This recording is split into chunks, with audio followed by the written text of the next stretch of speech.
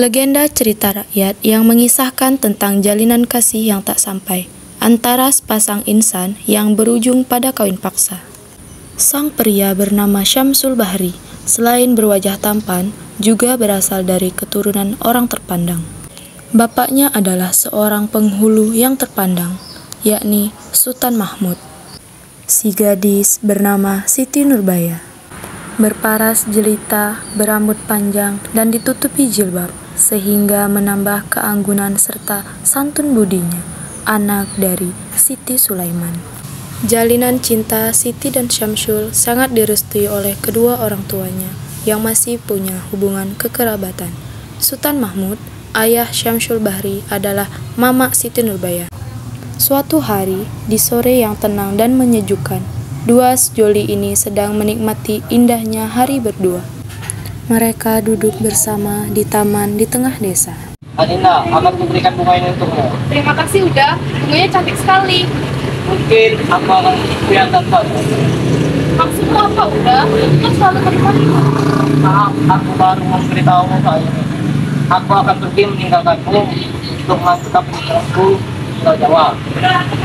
Kalau itu yang terbaik, pergilah, aku baik saja. Sesaat kemudian, di saat mereka berdua sedang berbincang, ayah dan ibu Syamsul Bahri menghampiri mereka berdua. Ayah, ibu, kalian ada di sini juga? Karena kami ada di sini, kamu harus bersiap untuk pergi. Saya dan ibu akan menunggu sana ya. Baiklah, ayah. Setelah kepergian Syamsul Bahri, Siti Nurbaya melalui hari-harinya dengan membantu ibunya berniaga. Usaha ibunya makin hari makin sukses. Kesuksesan ibunya ini membuat seorang saudagar kaya raya tetapi kikir bernama Datuk Maringgi menjadi iri. Dia pun membuat suatu rencana untuk menghancurkan bisnis ibu Siti Nurbaya. Aku sesungguhnya tidak senang melihat perniagaan Baginda Sulaiman makin hari makin bertambah maju, sehingga ia berani bersaing denganku. Oleh sebab itu, aku ingin menghancurkan bisnisnya. Baiklah, apa rencanamu tuan? Pergilah kau ke tokonya, bakar hangus toko itu, dan jangan tersisa satu pun. Aku ingin ia jatuh miskin, ia harus takut padaku. Baiklah tuan. Lalu, Siti Sulaiman yang sama sekali tak berprasangka mengenai siapa yang telah tega membakar tokonya, berniat meminjam dana kepada Datuk Maringgi untuk membangun bisnis kembali. Jadi, Datuk Maringgi sangat puas. Siti Sulaiman telah jatuh ke dalam lubang yang telah ia buat. Assalamualaikum. Waalaikumsalam. Oh, ternyata teman lamaku. Silakan masuk. Terima kasih, Datuk. Tidak seperti biasanya kau berkunjung ke sini, Baginda Sulaiman. Apa kau tidak mendengar berita tentang tokoku, Datuk Maringgi? Berita apa? Ceritakan kepadaku, Baginda Sulaiman.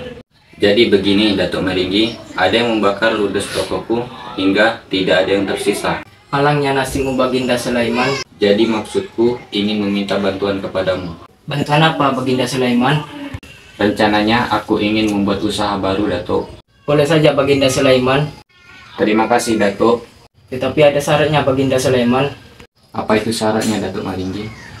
Engkau harus melunasi hutang dalam waktu 3 bulan. Apakah engkau setuju? Setuju atas persyaratanmu, Datuk. Berapa uang yang engkau butuhkan? 5 juta. Saya akan memberikan uangnya sekarang juga. Terima kasih, Datuk. Sama-sama, kita kan sudah kawan lama. 3 bulan kemudian, Datuk Maringgi datang ke rumah Siti Sulaiman untuk menagih hutangnya yang telah jatuh tempo. Hei, Sulaiman, lunasi hutangmu sekarang. Silakan dulu, Datuk. Kamu jangan bersikap manis, bayar hutangmu, cepat. Tapi Datuk, saya belum mempunyai uang saat ini. Aku tidak peduli. Yang aku mau, hari ini uangku kembali. Tapi Datuk, hanya ini yang kami punya. Bapak ini, bahkan ini tidak bisa melunasi bunganya. Jika begini, maka akan kusita rumah ini. Mohon jangan Datuk, hanya ini yang kami punya. Hanya ini kenangan dari suami saya. Ayah, ibu, ada apa ini? Siapakah namamu, wahai gadis manis? Namaku Siti Nurbaya. Nama yang cantik, seperti orangnya.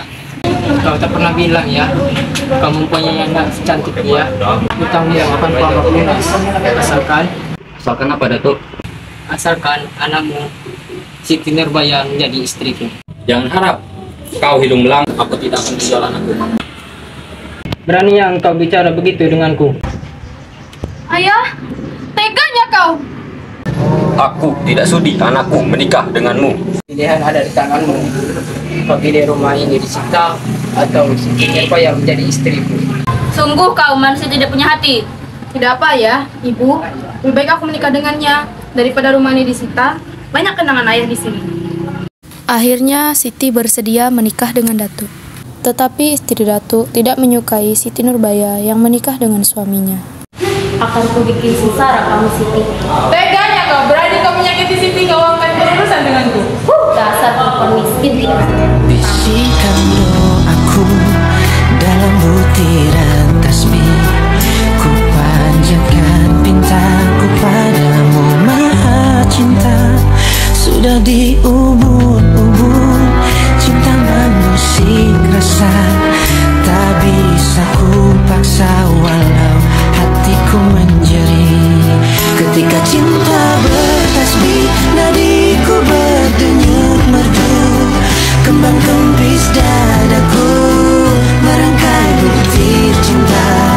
Garis tangan tergambar, tak bisa aku menentang. Sujud syukur padamu atas segala cinta.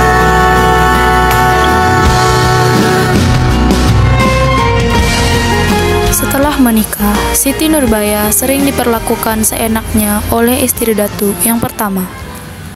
Siti, Siti. Ambilkan air minum sekarang. Cepat. Kenapa harus saya? Kan ada dia si pembantu. Dia sedang membantu saya. Apakah matamu tidak melihat?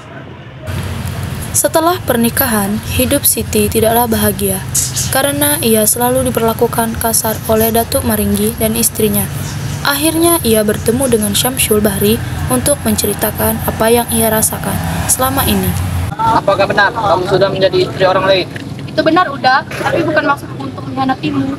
Ayahku terlibat utang dengan Datuk, dan Datuk memberi syarat aku harus menikah dengannya agar utang ayahku terlunasi. Baiklah, kita cari jalan keluarnya sama-sama. Baiklah udah, Siti, apa yang kamu lakukan dengan pria ini? aku tidak melakukan apa-apa dengan udah Syamsul Datuk. Oh, kaulah yang merebut dia dari aku. Itulah kau kemerdekaan. Datuk Maringgi memerintahkan pengawalnya untuk memberikan roti yang sudah ia racuni kepada Siti Nurbaya. Sesaat kemudian, Siti akhirnya terjatuh dan meninggal dunia. Syamsul Bahri yang mendengar kabar buruk itu pun menjadi sangat marah, dan ia berniat membalas dendam kepada Datuk Maringgi. Hai Datuk, bagaimana kabarmu? Bagaimana kabarmu? Dan bagaimana kabar Siti di alam baka sana? Oh Samsul, lihatlah dirimu sekarang berseragam. Ayolah Samsul, kita lihat siapa yang paling lama bertahan. Maju kau ke sini. Tutup mulutmu, aku bisa membunuhmu kapan saja.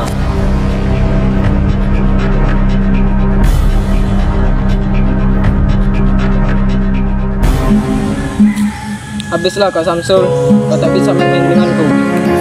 Inilah akhir cerita dari legenda Kasih Tak Sampai.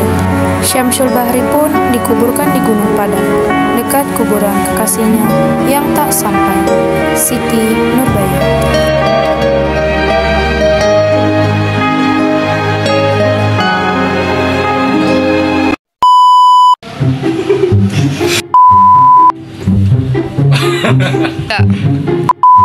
Terima kasih Datuk.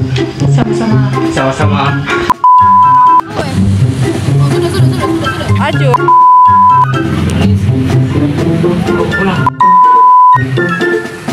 Saya terima. Bicara dengan